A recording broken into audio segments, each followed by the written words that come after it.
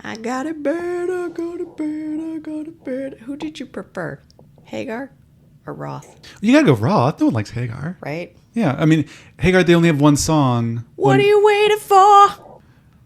Right here now. Oh, yeah, that's their only song with him. I mean, there were probably other ones. That's the only Yeah, one but that's the only one that It wasn't knows. like that clear Pepsi commercial. Yeah. That's all I remember it for. Generation Next. That's what we were supposed to be, right? No, we're millennials, technically. Who's Generation Next? Generation X. Oh, gross. Yeah. Sorry, guys. You guys Good. you're the Sammy Hagar generation. You're the crystal clear Pepsi generation. It worked out fine for you. You're the Zima generation.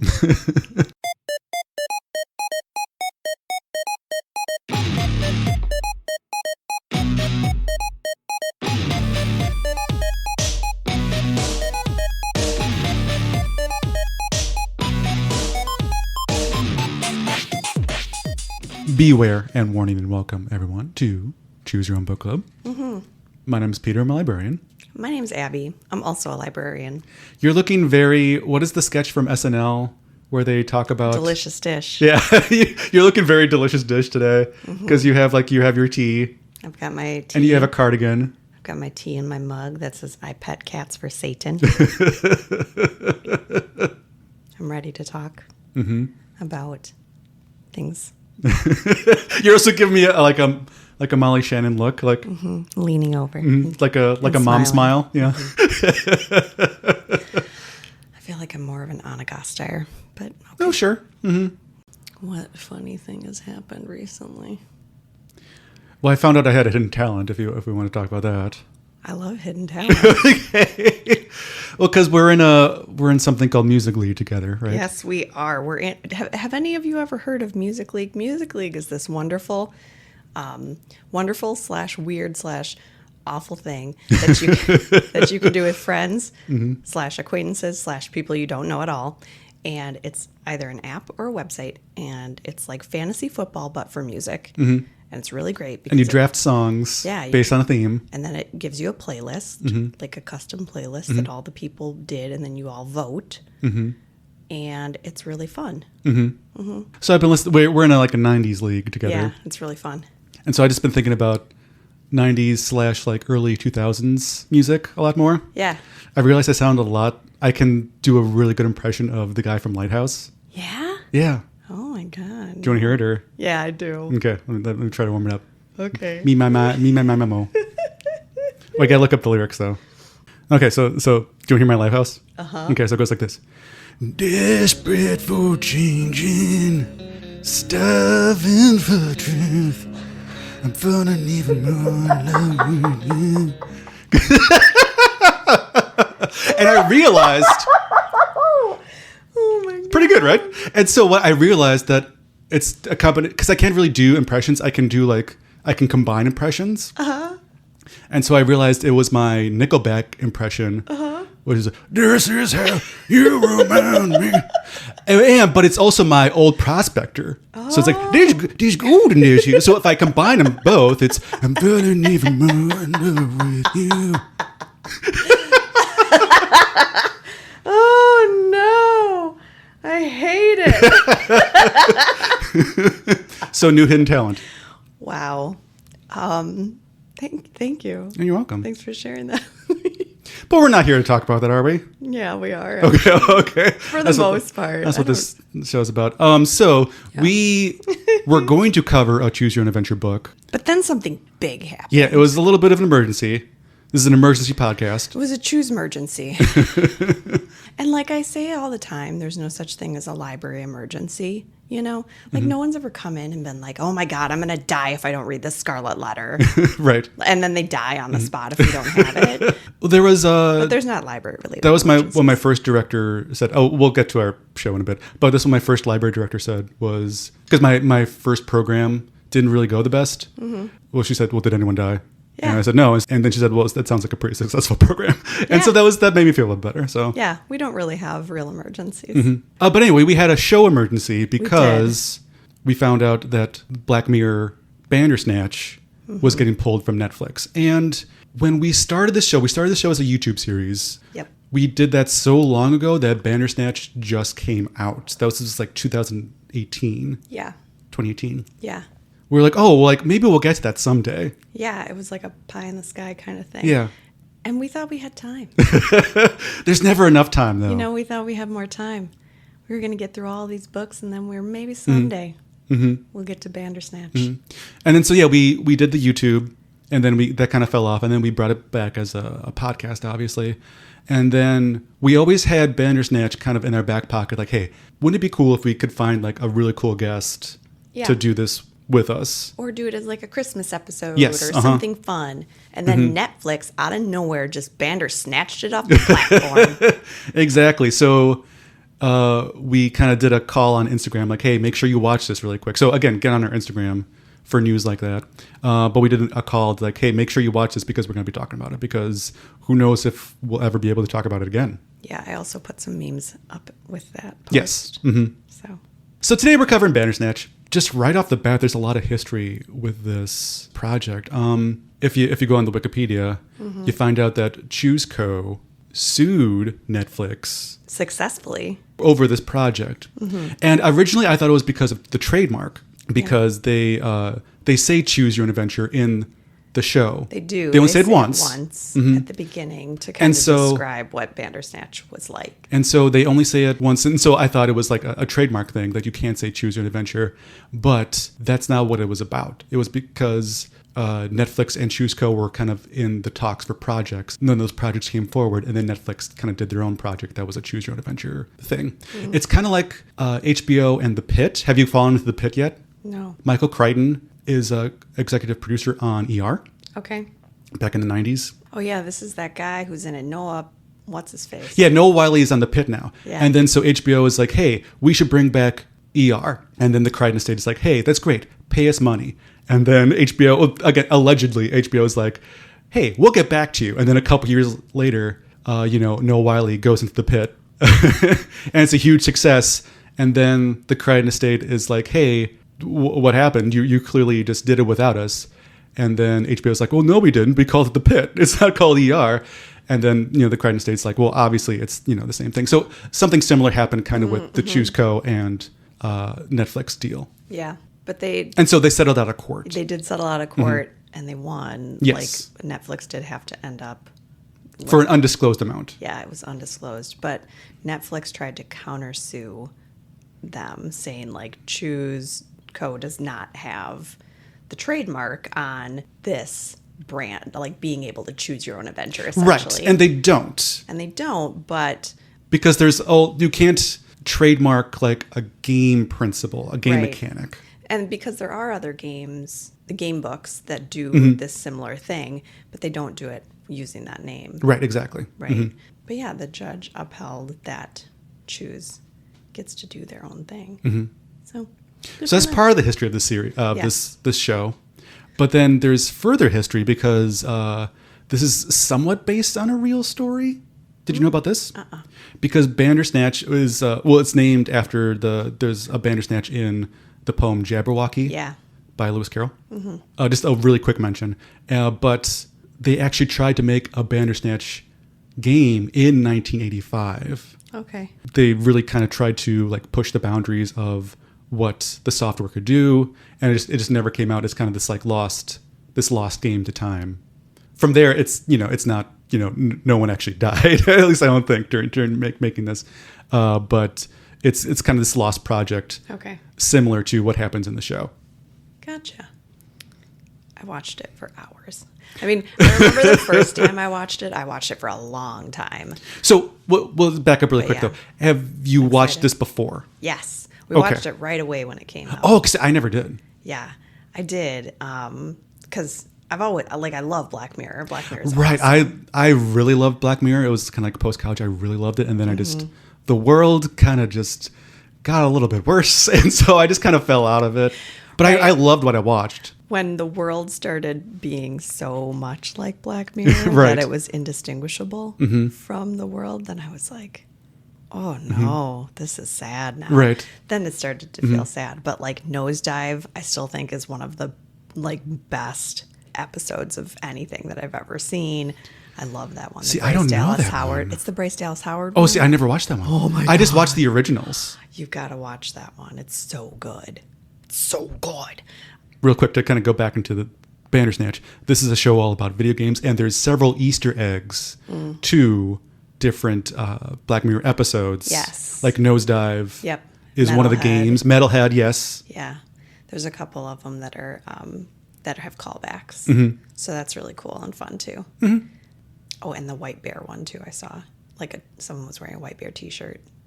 So yeah, it was intense. It was really good. The first time I watched it, really good. The second time I watched it, I was like watching it more like how we do these books, where it's like, all right, I'm going to try to get every ending. Right. I'm going to do as much as I can. And then I even started kind of like researching online, like the lesser known endings and the harder to find endings, and trying to get those ones too. And then I had my teenage girls watch it too, and That's fun.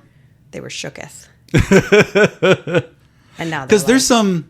they want to watch all of Black Mirror, and I'm like, well, there's some episodes probably no, but some of them yes, for sure. There's some like very disturbing things, and I mean in Black Mirror in general, but there's some very disturbing things in this Oh yeah, show. for sure. Oh yeah, Oh boy. oh yeah, for sure. It was a hoot. A little spicy. This one got a little spicy. Oh yeah, So I guess let's just get into it. for sure. We're just going to skip the summary because there's so many choices in this, but none of them really matter, which I think is kind of the point.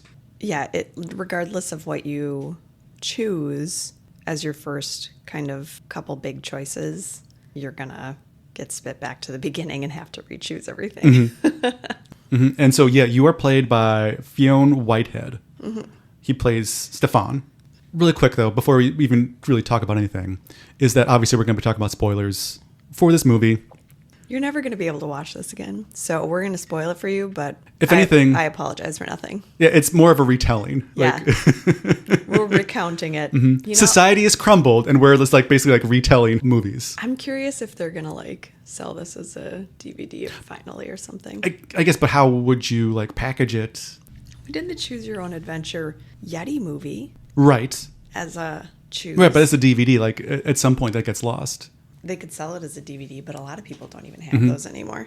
Well, that's also one of the reasons that a lot of the books can't get re-released because, how do you get the technology, the modern e-reader technology to go between the choices and all that? Yeah, especially if you're like, how do I go back 3 choices? So anyway, Fionn Whitehead, he wakes up kind of in a huff. 80s music is playing. I think it's Frankie Says Relax. Oh, yes. Uh-huh. And it's 1984. It's, I think, June of 1984. That becomes important later. Yeah. And so, yeah, you have a big appointment to see the software company. Yeah. And then, so, yeah, Dad makes you breakfast. Dad is smoking at the breakfast table. Yep. Which is a great way to start your day. I love the 80s. Michael Ian Black wasn't wrong. And so, yeah, this is your first real choice is your dad. He has kind of a passing interest in what you're doing because you're building this video game off of a book called Bandersnatch. Yeah, that was you found in your mom's things. Your mom Right, who has passed. has passed. You don't know why yet. Yeah. But yeah, your mom has passed. She had this book, and it's basically like a choose your own adventure style book. That's huge. It's mostly well known for the author. The author went crazy and murdered his wife. Yeah, decapitated her. Yes. And that's basically all that the dad knows about this book. Yep. So he has kind of a passing interest in what you're doing. And so the first real choice is, what do you want to do? Do you want to do Frosted Flakes or do you want to do Sugar Puffs Yeah. for cereal? So what did you do, Abby? Do you remember? First choice, I did Frosted Flakes. Okay. I believe. I did Sugar Puffs. Yeah. And here's the thing. Doesn't really matter. No, it really doesn't. They But do mention it again later. Yes, it comes up, whatever you do, there's a little snippet of a commercial later, but it doesn't really matter. And I think that's part of the point of the whole point of the movie, I think, is the banality of choices. A lot of your choices don't really matter in life. And what really is free will. Right. Free will versus fate. And it's really interesting. And what are things being chosen for you, things like that. Right. And so, yeah, you get this first choice, again, but it doesn't really matter. So I picked Sugar Puffs. You picked Frosted Flakes because... I just like the bran in them. Oh, okay. I thought you were going to say because they're great. No. They're better for you. Not by much, but okay. They have more fiber, okay? Okay, fair enough. And then, then you get on the bus. Yep. And then you have to choose. Yes. If you're going to listen to Now 2, which is now That's What I Call Music, Volume 2. Yes. Which I was floored by. I didn't realize it went that far back. Started that far back. Or Thompson Twins. Yes. And I chose Now 2, and I was happy that I did. Me too, because the Thompson Twins is the Thompson Twins that you would think of. It's the Hold Me Now. Yeah. Which is not a very good song. Right. And then if you do Now 2, you get to listen to some sweet, sweet Eurythmics. Yes. And it's like not even Sweet Dreams Are Made Oh, of yeah. These. It's the, what's the other one? Was it, Talk to me. Oh, yeah. Like lovers do. It's so good. I was like, this is awesome. The music in Black Mirror always goes good. So. I feel it fits so basically this scene is just, you get to choose the soundtrack of this scene, which is fun. Which is, like a little montage of you going to this software company. And again, your choice doesn't really matter, which again, I think is part of the point. Yeah. So the right choice is to pick Eurythmics for basically anything. You go to the software company. It's a little bit of a mess because they're just kind of starting this new branch. And the boss is Asim Chowdhury. He's a British comedian. I just know him from Taskmaster. Oh, okay. Do you watch Taskmaster? Oh, it's really fun. Okay. It's one of our favorite shows. It's 5 comedians have to do a task. They get to do it however they want. Okay. And so like the first task ever is paint a horse while riding a horse. And so it's, you can kind of do it however you want. And of course, all the results are always funny. Yeah, that sounds great. And so some of them are a little bit more critical thinking, like cerebral, like there's ways you can cheat a little bit. So it's always fun. There's like 17 seasons now. So like we spent like a whole year watching all of them. They're really fun. And they're free on YouTube. Oh, cool. So Taskmaster. That's where I know him from. So he's the boss, and he says, we're really excited about Bandersnatch. I want you to meet our best programmer, and that's Will Poulter. Will Poulter. Yeah. Who I really like. I think he's a really good actor. He is. He's also the kid from Toy Story. He looks a lot like Sid. He does. But man, his British accent drove me crazy.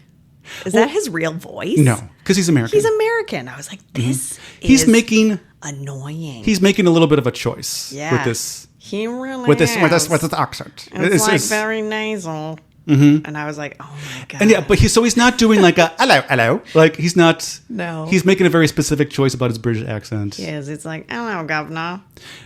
Abby thought he sounded like the guy from IT Crowd. Yeah, I can hear that. Yeah. A little bit of annoying, but again, he's making a choice. Yeah. And so he's like this renowned game designer. He's the Sid Meier of his time. And so he shows you his new game, which is Nosedive. And it's spelled all punky and cool. Yeah, with Z's. With a Z in it instead of an S. Yeah, so it's Nosedive, which is a Easter egg to a previous episode. Yeah. But it's also an Easter egg, or an allusion rather, to what's going to happen later on. Yes. Also, we should talk really quick about Will Poulter's look, because I told Abby, my wife Abby, that he looks like he should be on the cover of like a Gorillaz album. He looks like a cartoon. He totally He has does. these big glasses. Humongous round Harry Potter glasses. He has spiky blonde, bleach blonde hair. That's like almost the same color as his skin. I always think it's funny when people's hair is so blonde and their skin is also super pale, and then it just looks like a continuation of their skin. And then, he's wearing very like 80s corporate punk kind of look, where it's like, I'm in the workplace, but I'm still a punk. And I'm going to go home to my family, and they're also punk. I realize now that that's why you're annoyed by his voice, because that's kind of your British voice. your rich person voice is. It's my posh voice. Yeah, he's just doing what your voice. Exactly. So you take a meeting with these two, and you show them Bandersnatch, which is basically just like a choose your own adventure game. It's like a maze. Yes, it's basically like a maze. You make only 2 choices, or you make choices in this game, but you can really only make 2 choices at a time. And so that made me kind of think of what this movie is trying to say is like, you can really only make certain choices in life and in video games in general. Even when you think you can kind of really do anything you want, you really only can do certain choices. Right. Everyone tells you get to have ice cream for dinner when you're a grown-up. But you become a grown-up and then you're like, I've actually never had ice cream for dinner. Do you know why? Because it's very unhealthy. And if you had ice cream for dinner all the time, you would be really, really sick. So it's not really a choice. It's not a choice. But it's what he's playing off of is kind of something like Zork, where it's like you had to type in the prompts of like get key. Yeah. But this is more visual, obviously. Right.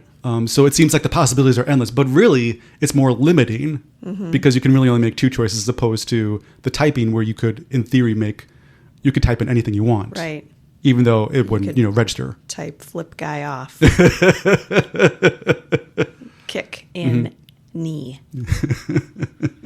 So Asim Chowdhury, he's really excited about this. And he's like, hey, make the game here. Everything we can do in-house. I have a sound guy coming in. I have a music guy coming in. We'll set you up with your own team. It just has to be done by December. Write it here. What do you think? And so that's your first real choice. And you can say yes or you can say no. And so what did you say, Abby? I said yeah. I said yes because, it seems to make sense, It seems to make sense. And also the character is really excited about this idea. Yeah. And I think Netflix knows you're going to say yes. Yes, because of what's going to happen later. Because if you say no, it kind of breaks the movie a little bit. Yeah, even if you say no right out the gate. Like if you have, because we did that, if you say no. Right away. He says no, and then later you go see your therapist and you're like, I said no, I don't really know why. Like he gets really confused and he's like, I feel like something else was making Guided me do me, it. But anyway, you're kind of supposed to say yes. They want you to say yes. Yes. Well, first, Will Poulter comes up to him, taps him on the shoulder because the guy, Asim, is like, all right, well, we're going to have to really make this a lot more simplified than you want to do it. Because if we make this as complicated as you want to make it, it's going to take way too long. And then Will Poulter comes up and he's like, hey, sorry, wrong path. Exactly, yes. And then thank you. So then it flashes forward to December where the game comes out for Christmas. Yep. And then there's this little weasel character. This Weasley teenager who does game reviews on TV. Was that ever a thing? I don't know, but this is what his voice sounded like. Exactly. This is what he sounded like. And he's a little pipsqueak of a kid. He's supposed to be, but he's like a little pipsqueak kid. Right. And so, he gives your game a 0.5 out of 5. Yeah. Because it's so short. And I was like, dude. It was abrupt. It didn't make any sense. But, dude, it's 1984. Like, games are just short back then. Like, they just went on forever otherwise. Yeah. Like Pac-Man, there's no end to Pac-Man. No. Or like Pong. There's no end to Pong. Exactly. It just keeps going and going. That was a weird commentary. But you say, I'm going to go and make it better. Yeah. I'm going to do it again. Yeah. Or I think I should try again, is what you say. So then it loops back, but then it goes to before the meeting when you meet with Will Poulter and he's showing you the game. In the beginning, the game crashes, but now you know why the game crashes this time. Yeah. It's almost like a Groundhog Day situation. Right. Which he's like, how did you know? Yeah. How did you know that? Right. I feel like I've seen you before. How did you know that? I mean, it kind of plays a little bit into the rest of the movie a little bit, but there's really not that like Groundhog Day mechanic in the rest of the movie. Now you take the meeting and you say yes or no. And so now you say no, but your character is a little bit like... It feels like you don't know why you made that choice. Like something came over you and you said no. Right afterwards, you're very confused. Like, why would I say no? That's the thing that I wanted to do this game. Why would I say no? And then, I mean, your explanation is, I want to do it justice. I want to do it the way that I know how. I don't want a bunch of other people, doing the paths too, because that might make it more confusing. Right. So, I mean, it makes sense, but also at the same time, it's like, curious. You yourself are thinking, why did I do that? So, yeah. And so now you're still making the game. It's still due in December, but you're on your own, basically. Yeah. And then so you go to your psychiatrist, And then you say, oh, I don't know why I said no. It feels like someone else was controlling me at that point. Yeah. And she's like, oh, you were dissociating, maybe. Mm-hmm. Maybe. Mm-hmm. But she's like, also, maybe you just have more agency and you were, like, deciding you wanted to do it yourself. Like, that's good. Right. If you would have chosen no right away, that whole part doesn't really make sense. Yeah. So it's almost not really a choice. Right. I agree. And then, then you're in your psychiatrist appointment. She's saying, oh, hey, like this is probably stemming because of the anniversary of your mother's death. Mm-hmm. Do you want to talk about your mother? Yeah. And so you can say yes or you can say no. Mm-hmm. And so what did you say? I said yes. I said yes too, and they really want you to say yes. Yeah, because if you say no, they ask you again. Yes, they say, "Are you sure? Are you sure you don't want to do this?" And basically, almost like looks to camera and be like, "Come on, man! Like, are you sure you don't want to do it?" And if you say no again, mm-hmm. then you kind of insta die. Like after that, it's not insta die, but it's like. Well, no, everything goes wrong after that. Basically, and the movie doesn't really work then if you say no, because like every time there's an ending, you can keep like retrying, or it will go back to like, hey, do you want to talk about your mom now? Mm-hmm. Until you get to a point where it's like, hey, you have to talk about your mom, and so it basically kind of breaks the movie again, which doesn't really work as a game. Mm-hmm. So anyway, you talk about your mom. You find out that your mom died because she got on a later train. Because of this rabbit. Yeah, your bunny mm-hmm. that you wanted to travel with. Mm-hmm. And you couldn't find it that morning. Mm-hmm. Because your dad took it at night because you're too old, you're not supposed to play with toys anymore. Because your dad is the worst. I feel like he's trying. For 80s dad, he's trying. Well, yeah, he's trying because he knows that it's his fault. Well, we'll get into it. Yeah. But your dad took the rabbit. Yep. You couldn't find it. And so your mom gets on this later train and everyone on the train dies. Especially her. Yes. She very did. Mm-hmm. And then so, yeah, that's what you're talking about. Then you go to basically just a record store, mm-hmm. pick out another album. Yeah. Which one do you want? Oh, because Will Poulter gives you a list. A list of music. He's like, what do you program to? Mm-hmm. And you tell him now too. Basically, you're like compilations. Mm-hmm. I listen to compilations of cool music. And then he says, get a pen. Yeah, he's like, your taste sucks. You need to listen to The Cure, okay? You need to listen to some ambient 80s synth. Mm-hmm. And then so you go to the record store, you pick up a bunch of stuff. Yeah. And so again, which record do you want to pick out the most? Which record do you like the most? Yeah. And so it's either Tangerine Dream. Yeah. Or Phaedra? Yeah, I picked Tangerine Dream. I picked Phaedra. It doesn't matter. It doesn't matter. But then on your way out, you see a book, basically the biography of the author of Bandersnatch, which is Jerome F. Davies. And so he looks, I don't know if they were going for an R.A. Montgomery thing. I don't know. He looks a little bit R.A. Montgomery. He just looks a little bit like a slightly overweight nerd with glasses, or just kind of like an 80s nerd in general. Yeah, he looks like he has a beard. He's got like a longish hair. Mm-hmm. I thought he looked cool as hell. You're like, he's a dork. I'm like, I don't know. He looked rad. I thought he was cool. I would hang out with him. Well, you hang out with me, so. My taste is awesome. On point. Mm-hmm. And so you pick up this autobiography, or biography rather. Yeah. And so then you're going back, and then there's a montage of you programming to whatever song you picked out. You pop the record on. Mm-hmm. Girl, put your records on. I don't think that's the song. I don't think that was a choice. I think, well, if you pressed up, down, left, right, you could unlock that song. So yeah, there's a montage. And then at the end of the montage, it crashes, and your dad comes in, and he's like, hey, let's go down to the pub. And he's just trying to connect with you. Yeah. Because you haven't eaten. You didn't eat breakfast. Mm-hmm. You didn't eat your Frosted Flakes. You didn't come down. You have been stuck in your room. I'm worried about you. Mm-hmm. And so the game crashes. You can either shout at your dad, or you can pour tea. How British. You can pour tea on your computer. With your pinky out. And if you pour tea, you insta fail. Yeah. So yeah, you're supposed to go shout at your dad. And then your dad drags you out of the house to the doctor's office. Yeah. And there's another great song playing during that sequence. Oh, yeah. It was, what is it? Making Plans for Nigel. Yeah. So good. And very appropriate. Yeah. A very good needle drop. Right. And then so, yeah, you can either go and talk to the doctor some more. Or you see Colin walking down the street. Yes. I think the correct answer, because originally I wouldn't talk to her again.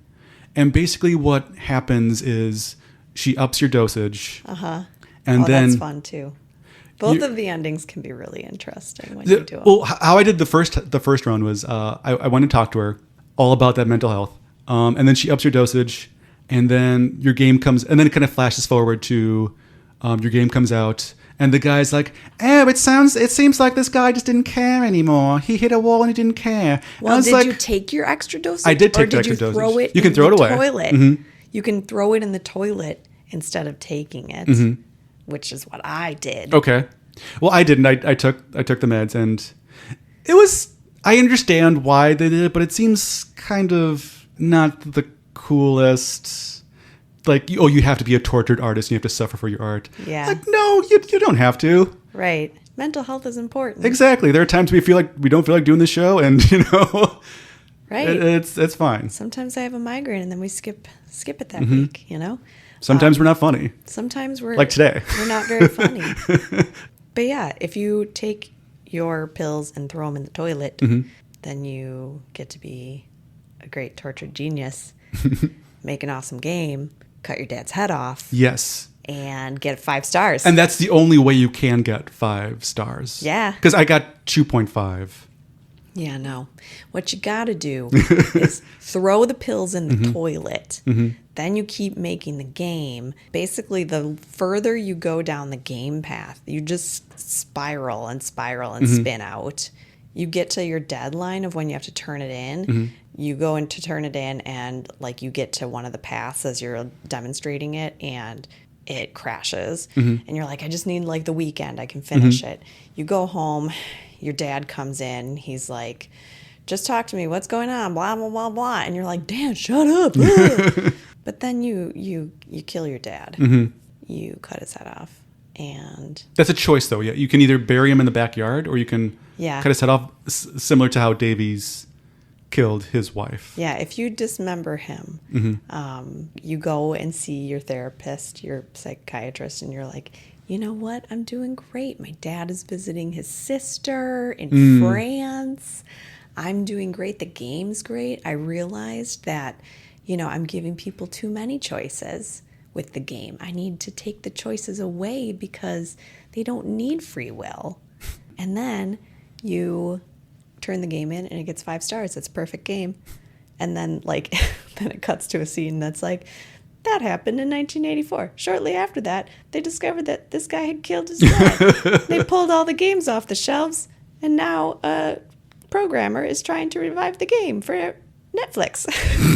It was great. I never got that ending. Oh, I loved it. So it was wonderful because then the programmer who's trying to revive the game for Netflix is Will Poulter's baby daughter. Oh, who we meet later. Who we meet in a different ending. Yes. I see. I didn't know that. It's fun. And she is like, yeah, my father was a programmer, and when I found this game in one of his boxes, and it's really revolutionary, and so I'm trying to revive it for a streaming platform. Fun. She goes to, she has all these pictures and stuff, and she is doing the scene where she's programming the scenes of the actual show that we're watching, as we're watching it, and then something happens where it's not working, kind of like the game that he was programming, and then it's destroy computer or port T over computer.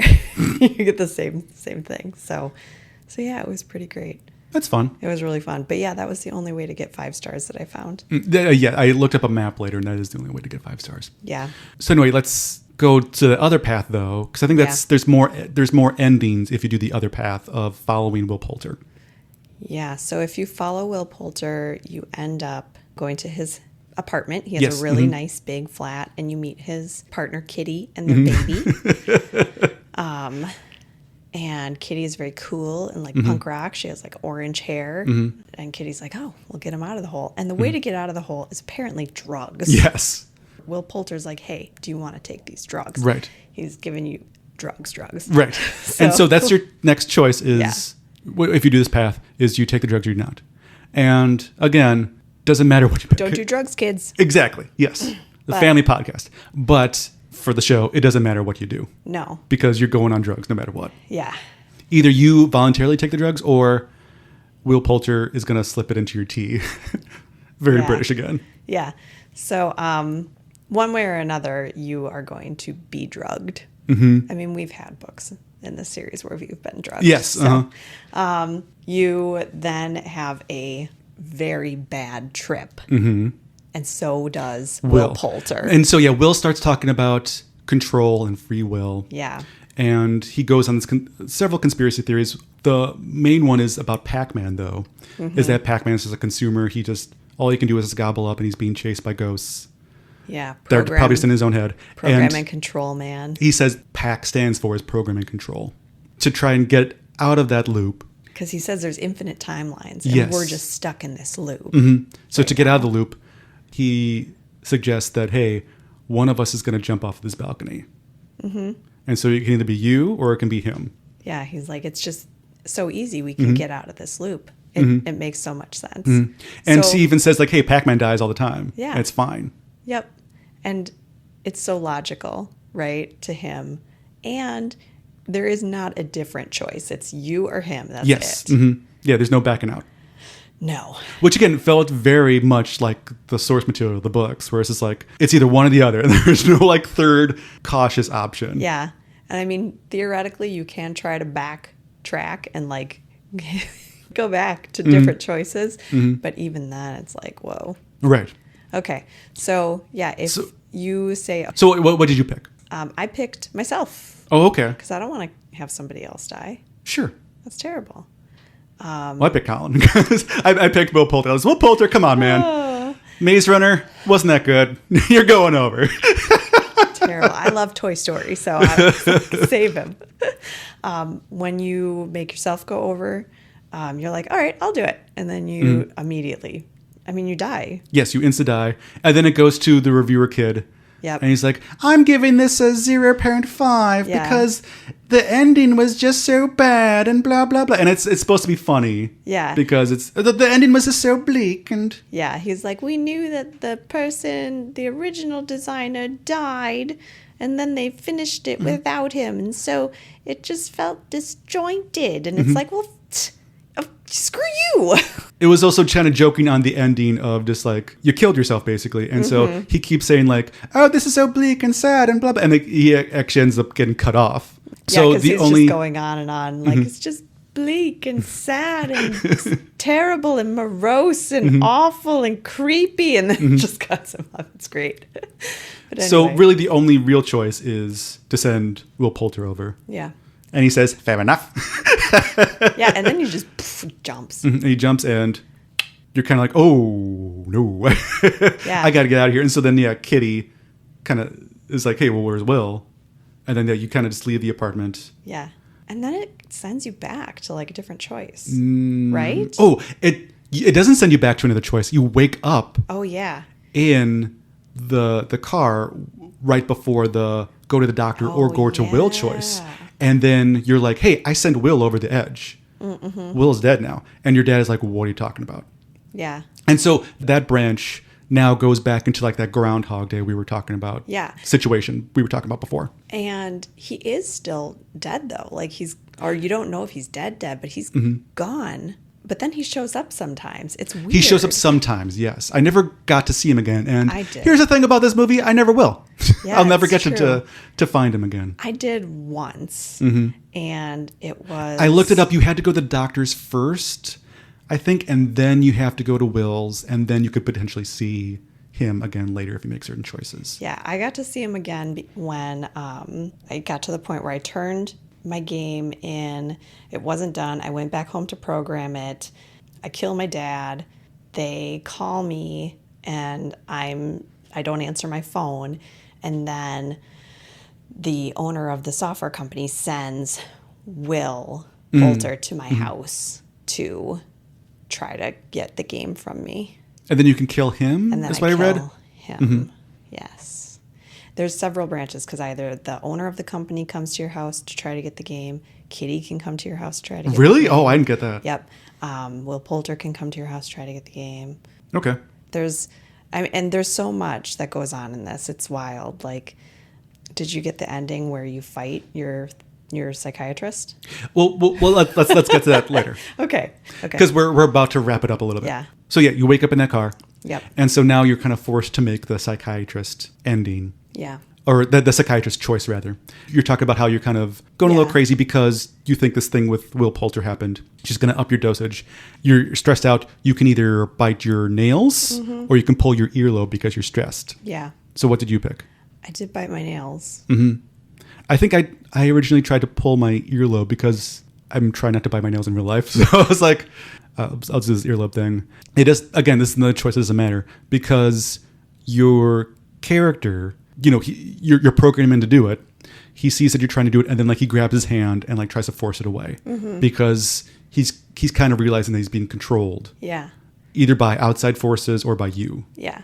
And he's been concerned, like he had told his psychiatrist he was concerned about that. Like he said he feels like he's not making his own decisions, like someone else is making his decisions for him. And she's like, who would be making those decisions for you? So now you get prescribed medication, again, kind of like that original choice, but now you don't get the choice to take it. You have to like throw it away. Either throw it away or flush it. Yeah. And again, flush it because if you throw it away, someone's going to see it. Right. But if you flush it, that's bad for the environment and bad for the water supply. So don't do that. I know that. But for the plot. I understand. So then, yeah, you keep programming again. The game crashes again. And so this is where it gets into multiple endings. Because really, most of the choices didn't really matter except for, a couple big ones. Which again, like we were talking about, I think it's kind of partially the point. This is where you get into multiple endings. Yeah. And then so, yeah, you're playing your game. I think beforehand you watch like a documentary about the author Davies. Yeah. And about how how he started to go crazy. And it's similar to how you kind of are going crazy because you don't have free will. Like what is free will? What is control? Right. And he'd been drawing this symbol that looked kind of like an upside down tuning fork. Which is, of course, a callback to how Packard and Montgomery branched out their narratives. Right. That's how all the backs of the new choose books look. Yes, exactly. It's just like this little tuning fork symbol. Yeah. So then, yeah, you're running the game again. It crashes. And so this is where we get to multiple endings. And then so your character kind of cries out to the sky, like, what is happening? Who's controlling me? And then so you can either do this tuning fork symbol or you can do Netflix. Which is fun. But Netflix is by far the best option for this part. So I don't know if we'll get to all the endings because there's so much. There is a lot. And let's get into the Netflix ending. Do we want to do that one first? Sure, because that one's more fun. Okay. So yeah, let's go into the Netflix ending. So you can say that Netflix is controlling you. And basically you get to prompt what you are going to say to the computer to say to your character. And then, so you basically try to describe Netflix to someone living from 80s. Yes. Which is really fun. And then, so yeah, this conversation just keeps happening. And then your dad walks in and he's like, hey, what's happening? And then your character's like, hey, I'm being controlled by someone from the future. Yeah. And he's like, oh, should we go see the doctor? And you're like, yeah. And then so yeah, you see the doctor, and this is kind of a fun ending because the doctor's like, well, if you're being controlled by someone from Netflix, wouldn't you have a more interesting life? Like, wouldn't this be a more interesting scenario? Right. And then so from there, you can say yeah, or you can say hell yeah. I think either way, it doesn't really matter because what happens is you spill tea on your psychiatrist. And then, yeah, she kind of has these like batons. Yeah, like and she, nunchucky kind of thing. Yeah, she kind of twirls around. And then, yeah, you can either fight her or you can try to jump out the window. Yeah. Did you jump out the window? No, I fought her. Okay. It's fun, though, because if you jump out the window, it cuts. And the director's like the director character comes out and she's like, hey, you can't jump out the window. That's on the script. And then you're like, oh, no, my character would do that. And then you're like, you're disassociating from your disassociation. And then so that's how it ends. But otherwise, yeah, you can fight your psychiatrist. And then your dad comes in and you can either like, and he's kind of like the boss. Yeah, he comes in, starts fighting you, and you can either like, I can't remember, he's choking you, and you have to like do something or kick him in the balls. Yeah. Which obviously you do. And so, yeah, but either way, it doesn't really matter because like, yeah, you kind of break up the fight, but then he kind of drags you out of the psychiatrist's office. Yeah, and you're like cackling, and you're like, oh no. Are you not entertained? Basically, your character says that to the camera. Yeah. I thought that was really fun, kind of like callback to just like the wilder endings that we would get in the books. Oh, for sure. Where it just like would end abruptly, and either because they didn't know what to do or they were just bored, and it was like, let's make this wild ending. Right. Like, now you're a ball of energy. It's like, oh, okay. So that's one of the endings. My favorite ending, which I thought was really interesting, was, I guess, to call back to the Will Poulter kind of drug trip rift, is he says that mirrors are portals to other worlds, like to flashbacks. Yep. When you have a flashback, it's actually you trying to make another choice in another lifetime or whatever. But you can basically go back in time. You can grab the rabbit before your dad takes it. Because your dad had hid the rabbit in his office, like in a lockbox. So you, as a grown-up, go through the mirror in the bathroom. You go into his office and get the rabbit out of his lockbox. He has this weird lockbox, which makes no sense, but you have to put in a password. So you can either put in PAC for pack, or you can put in TOY for toy. Both are insanely good options. Yeah. Or at one point you can put in PAX, PAX. Oh, I didn't get that. Yeah, if you put in that, the Demon PAX comes out. Oh, that's fun. I got a variant too where you can put in RFD for the author's initials. Yeah. And if you do that, the dead author like comes up and he cackles behind you. Cool. That's fun. But anyway, the two best are either PAC for pack or TOY for toy. Do we want to talk about the pack ending really quick? Yeah. Okay. So yeah, you put in pack and you open up the like this little vault, and it's all these files about you, all these videos about you from basically everything that you've ever done. Yeah, like birth on up until like the most recent like psychiatrist visit video. And then so yeah, basically you find out that your childhood has all been like staged, and it's all been this weird experiment. It's kind of more alluded to, but you find out that you never really had a mom, and your mom kind of staged her death. Yeah, it's like they created a trauma for you by like drugging you and then having this mom actress pretend to leave you, and it's also alluded that the mom is probably the psychiatrist. Yeah. The mom actor is probably the psychiatrist. Yeah. It's wild. So it's a really cool ending, and in that ending you kill your dad. Yep. You're like, hey, I killed my dad, and psychiatrist mom, I'm coming after you next. And your game never gets released. No. But what I thought was like the best ending ever was you type in toy, you're able to grab the toy out of the box, and then it cuts to you as a child now. And then your dad is like, oh, hey, yeah, I took that from you. That was kind of a dumb move on my part. I'm sorry. And then so, yeah, you go off back to bed and you tuck your toy underneath the bed where it's supposed to be. And then so it cuts to the next day and you're like, hey, I found my toy. And your mom is like, hey, that's great. Let's get on that train. Oh, but we're going to be having to get on the late one still. Exactly. For no reason. Right. Which I thought that should have been an epiphany that like, hey, this was never my fault to begin with. But again, that's not a choice. It should have been an epiphany that like, this was a complete accident that no one could have. It's not my dad's fault. It's not my fault. It's really no one's fault that my mom is dead. Made your life seem so inconsequential because is you that guys the point? Get on. Yeah, I think so.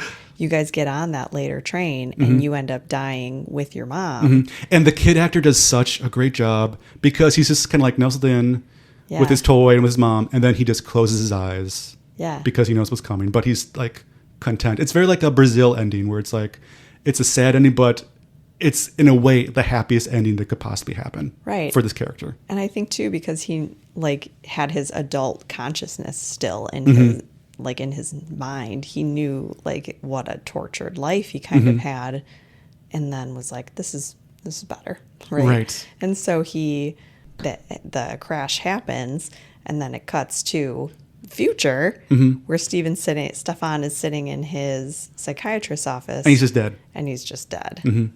which is like wild. Right. So that felt like a very Black Mirror ending. Yeah, totally. That was a good one. And for me, when I hit that ending, credits started rolling because it was like you couldn't even make the choice to go back. And also Netflix knowing what choices you're going to make too. Netflix knows that like, hey, this is the best ending. You're not going to want to go back. Because I even felt like I don't want to go back after this because it's like, this was such a good ending. Yeah. And so like again, like what is free will? What is control? Like Mm-hmm. they know what you're going to pick. Right. Because, yeah, most of the time when you got to an ending where you died or, like, you know, you, like, lost your mind or you got arrested and you're in prison or something, then it would, like, give you, oh, here's your last choice or here's your last two choices that you might want to go back and redo. But, yeah, a couple endings that I got to, it would roll credits. The 5-star ending, that one. Okay. But, yeah, I spent, like, 2 nights watching it and spent, like, hours and hours trying to get every ending. It was fun. I was thinking on the way over here, I think this is such a love letter to the genre of just like kind of like the crazy choices that you can make. It's such a great commentary on do your choices matter and using knowledge from previous branches to kind of avoid certain pitfalls. I thought that was a good commentary on the genre as well too.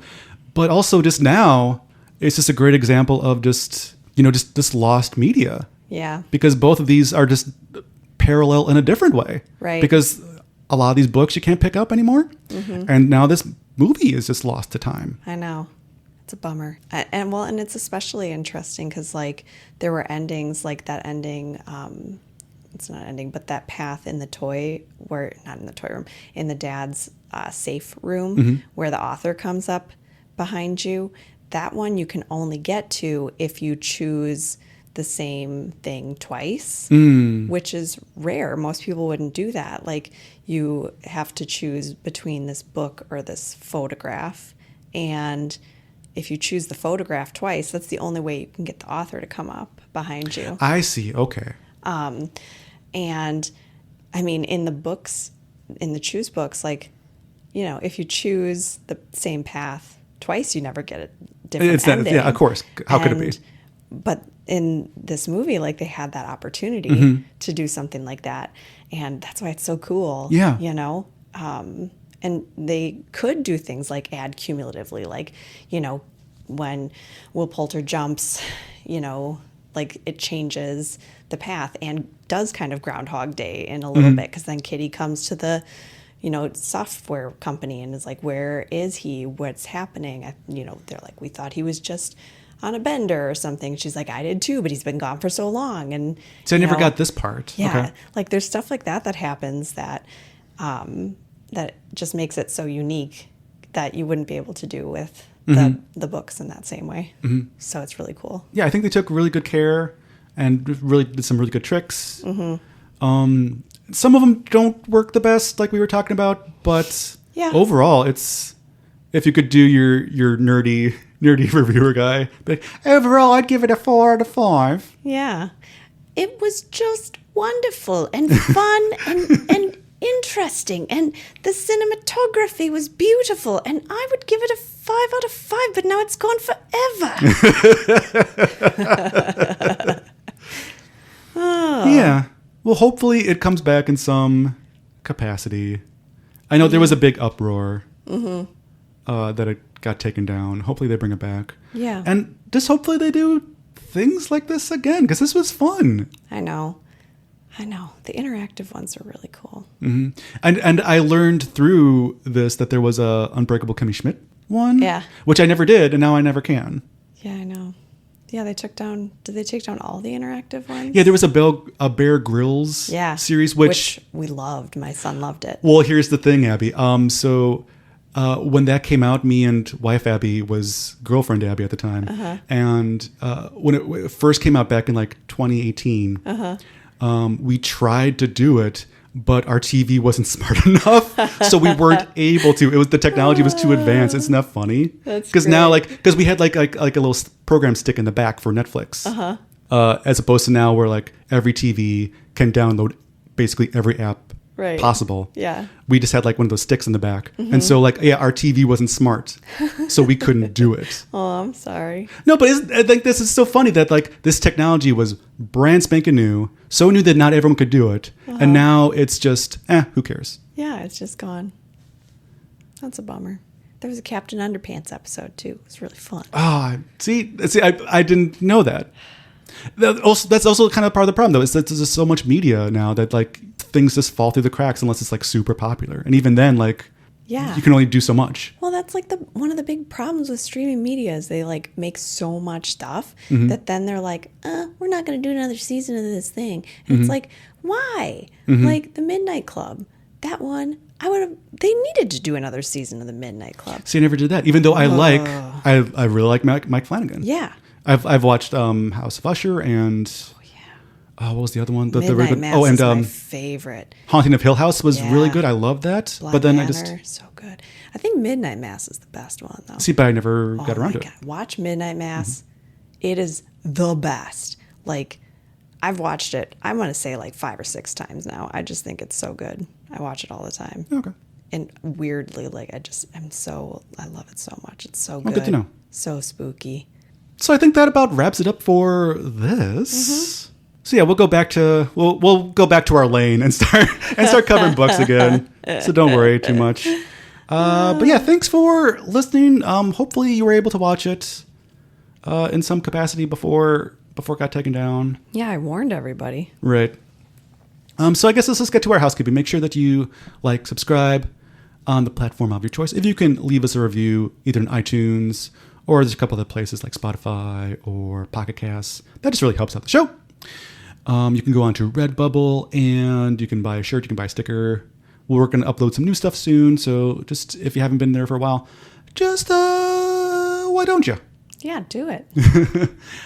Make sure that you follow us on Instagram because you get news about what we're going to cover next. You get choose news. Choose news. And we always post memes and just photos from the books and things like that. Yeah. I think that about covers it. We're going to go back to books. And so, yeah, we're going to our next book will be Echo Lodge. Even though we record that already. Okay. So our next no, it's not. Well, we're pulling a Bandersnatch and we're going back in time. Back in time. And so yeah, we'll re-release what we were going to release today. Yep. Okay. That makes sense. That's why you're here for jokes, Abby.